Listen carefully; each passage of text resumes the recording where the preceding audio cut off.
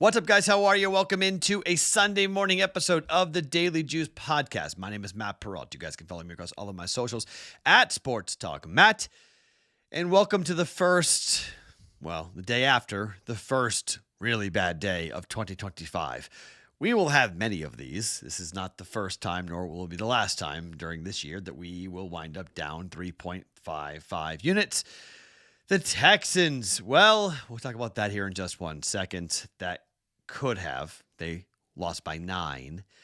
We played 8.5. If you played it late, you either pushed or cashed. So hopefully you played it late. Lions lose the game outright. Lions were down big at the break. The props went 1-1. So a 1-4 day, down 3.55 units, which does take a pretty good chunk out of the week for us. But we still have a chance to have a winning week here on a Wednesday. The Texans bet, when a kicker misses 2 field goals and then the extra point winds up costing us. If Fairbairn had hit that extra point, they would have lost by 8 and we would have covered. Instead, they lose by 9 and we don't. I can speak for, I think, all non-Chief fans here. When the NFL has had a problem for a long time, but now it's become, it's beyond a problem. It's now making the sport unwatchable. Like, did you see the level of hits that Jaden Daniels took or the hits that Jared Goff took in the very next game? Like, Patrick Mahomes has to play football. Like, he can't play two-hand touch and everybody else plays tackle football. It doesn't work. They called a hit to the head when 2 defenders of the Texans hit each other and they didn't touch Patrick Mahomes. He slid underneath them. They threw a 15-yard flag. They threw a flag in the first half for Will Anderson hitting him in the chest. And everybody was like, wait a minute, that's roughing the passer? It's the playoffs. Like, what are we doing? Like, this is ridiculous.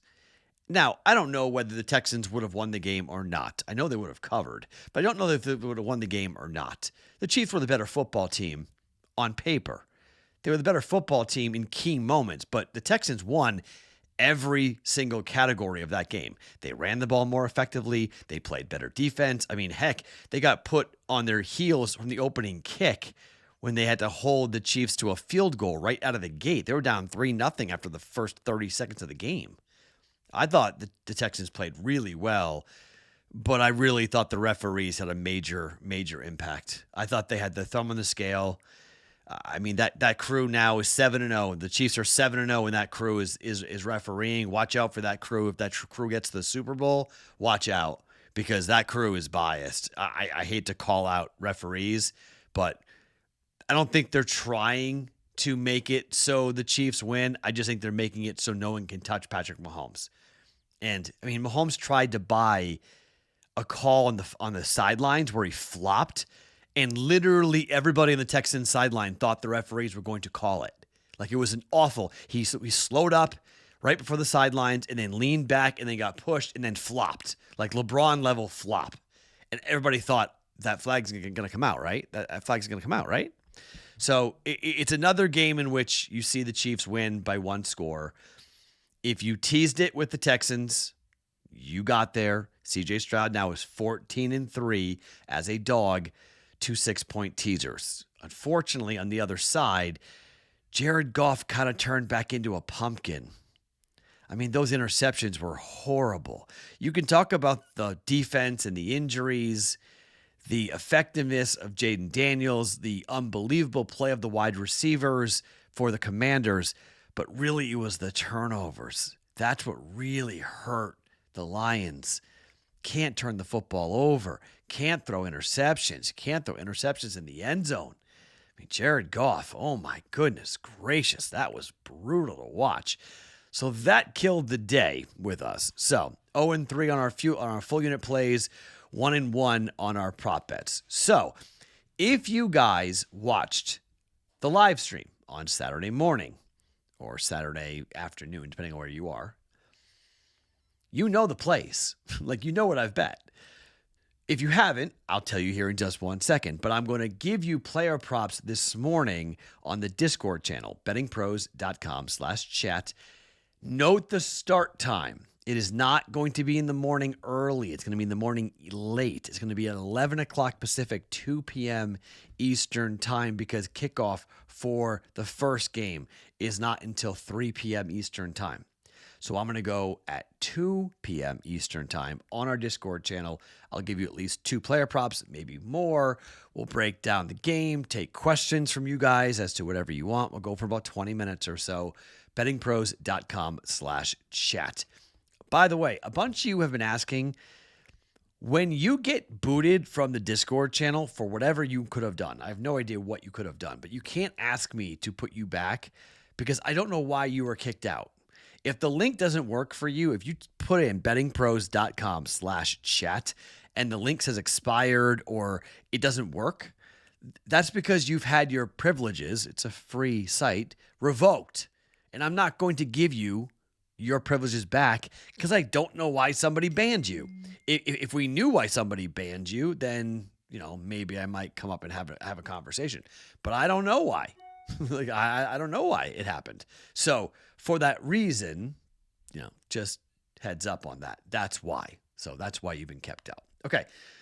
Let's start with the early game here with the Rams and the Eagles. I'm wearing an Eagles hat, and you might think that I'm going to be on the Eagles, but I am actually not on the Eagles. I am going to take the 6.5 points with the Rams. The weather is going to be a big factor here, okay? Kyren Williams, just like Joe Mixon had to be the best player on the field for the Texans for them to be in the game, and he was. Same thing with Kyren Williams. He has got to run the football. They cannot ask Matthew Stafford to drop back 40 times and try to throw in these conditions. It's a bad idea, okay? It's a dome team outdoors, East Coast in Philly. But Philly's offense does not scare me. I think that Rams defense played really well. And they get benefit of the Rams to play last week and get some confidence. Now, this Eagles team also played last week. They didn't have a bye. But, and by the way, isn't that crazy how in the college football playoff, all 4 teams that had a bye lost, and so far the Chiefs got a bye. They won, but we're 1-1 with the Lions losing. It's almost like byes are kind of bad to have. But anyways, Jalen Hurts against good teams is awesome ATS. He's 15-7 against the spread when his opponent is over 500. Only Lamar Jackson's better. He's been great. Eagles are an awesome second half team. The Rams don't have much history. Matthew Stafford, not much history playing in the cold weather. But Matthew Stafford and Sean McVay on a short week are 8-2 ATS. They know how to get ready. They simply know how to get ready. Jalen Hurts has played 3 home playoff games in his career. He's 3-0 straight up and 3-0 against the spread, okay? Covering by an average of 16.8 points. That's really impressive. The only other 3-0 ATS quarterback in NFL history or better at home in the playoffs is Kurt Warner. Did it all with the Cardinals. So, Hurts is the second most profitable quarterback at home in the playoffs since 2003. Only Mahomes is better. But I think this Rams team has got something big to play for. I think Matthew Stafford, talk about quarterbacks who know how to win, quarterbacks who are understanding. Look, since 2003, Super Bowl winning quarterbacks are 62, 25, and 2 ATS as underdogs in the playoffs against the spread. Those quarterbacks are 25 and 8 ATS as a dog before winning the ring and 37, 17, and 2 after winning the ring, including for Matthew Stafford, 15 and 5 since 2018 for quarterbacks who have won championships and then turn around who are dogs in the playoffs. Rams are plus 6.5 here. I think the Eagles will win the game. I think the snow keeps it close. I think we're in for a whale of a football game. An awesome back and forth battle. We're going plus 6.5. Plus 6.5 for the Rams on the road. I think they got a shot. They'll have a shot to win the game. Much like the Texans. Texans had a shot to win the game. I think the Rams will have a shot to win the game. I think the Eagles will win. Give me the points. Rams plus 6.5. Eagles win. Rams cover. Let's go to the second game and the game that everything runs right to. Now, the Commanders winning really blew up any parlays from a 4-leg, money line perspective of people taking the Chiefs and the Lions and taking the Eagles and taking the Ravens or the Bills. Those parlays are all dead. So those are gone. Doesn't mean this is not going to have a huge handle. This is going to be the biggest handle day of game of the day. This is going to be an awesome game. -1 for the Ravens. Opened up at -1 for Buffalo. Total is 51.5. It really hasn't moved all that much here over the last couple of days. It's stayed pretty well solid. These numbers for the Buffalo Bills, if you are a Bills fan, you are not going to like these stats. If Buffalo does wind up being a home dog, it'll be the first time since 1967 that the Bills will be a home dog in the postseason. Len Dawson and the Chiefs went into Buffalo. They were favored in 1967. That's the last time that the Buffalo Bills have been a dog at home in the postseason. Lamar Jackson's 3-1 ATS against Josh Allen. He's had his number in the playoffs. Lamar, when he is a dog at kickoff, he's 12-3 ATS. 12-3 as a dog. 14-1 in a 6-point teaser.